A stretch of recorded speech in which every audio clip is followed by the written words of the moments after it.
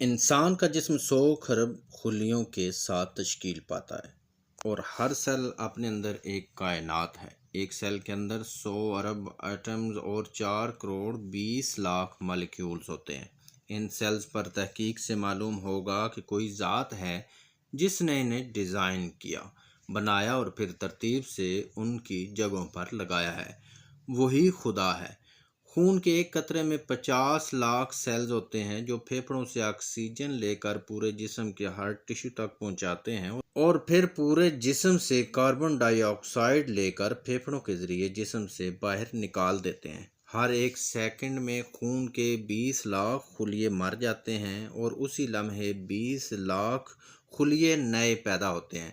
تو کون ہے جو اس نظام کو چلاتا ہے؟ وہ خدا ہے۔ انسانی جسم کے اندر موجود ہر خلیے کے گرد سیل میمبرین ہوتا ہے۔ یہ میمبرین نہ صرف خلیے کی حفاظت کرتا ہے بلکہ سیل کے امور میں مکمل رہنمائی بھی فراہم کرتا ہے۔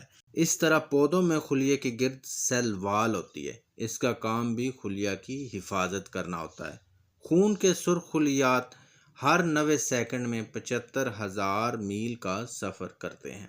سوال یہ ہے کہ انہیں کون گائیڈ کرتا ہے کہ انہوں نے کب، کہاں اور کس طرف جانا ہے؟ کوئی تو ان کا تخلیق کار اور ان کا صورتگر ہوگا۔ وہی خدا ہے۔ کائنات میں تمام اشیاء خلیات سے مل کر بنی ہیں۔ ایک خلیہ کا سائز اتنا ہوتا ہے کہ 10 لاکھ خلیات جمع کیے جائیں تو ان کا سائز ایسے بنتا ہے جیسے بال پوائنٹ کی نوک ہوتی ہے۔ انسانی جسم کے ہر خلیہ کے اندر ایک کائنات آباد ہے۔ خدا نے اس سیل کی ضرورت کی تمام اشیاء اس کے اندر پیدا کی ہیں، جیسا کہ آنکھ کے ریٹینا کے خلیات میں 1000 سے 2500 تک پاور پلانٹس ہوتے ہیں اور وہ پاور پلانٹس جسم میں موجود شوگر سے چلتے ہیں۔ صرف یہی نہیں بلکہ آنکھ کے ایک سیل سے پورا انسان تشکیل پا سکتا ہے۔ ہمیں علم، تحقیق اور سائنس کی آنکھ کھول کر ان آفاقی حقیقتوں کو دیکھنے کی ضرورت ہے۔ اس سے ہمیں خدا کے وجود کا پتہ ملے گا۔ انسانی دل ایک دن میں 1 لاکھ مرتبہ دھڑکتا ہے اور جسم میں موجود تمام سیلز کو خون مہیا کرتا ہے۔ آج کے نوجوان کا مسئلہ یہ ہے کہ وہ بغیر محنت کے ہر چیز حاصل کرنا چاہتا ہے۔ میرے بیٹوں اور بیٹیوں، پڑھنے اور سمجھنے کے بغیر کچھ حاصل نہیں ہوتا۔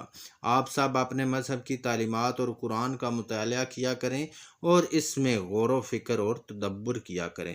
انسان کے اندر موجود تمام خودکار نظام خود سے نہیں بنے بلکہ انہیں کسی نے بنایا ہے اور انہیں ان کے معاملات کا شعور دیا ہے۔ وہی خدا ہے۔ نوجوان بیٹے اور بیٹیاں اپنے من کے اندر اللہ کی محبت کی ایسی پیاس پیدا کریں کہ جب اس ذات حق کے ذکر اور یاد کا پانی پیو تو من کے اندر ٹھنڈک چلی جائے۔ نوجوانوں، رب ذوالجلال کے تابع فرمان بن جاؤ۔ جو اس کی اطاعت میں آ جاتے ہیں انہیں باری تعالیٰ اپنا عشق و محبت اور قرب عطا فرماتا ہے۔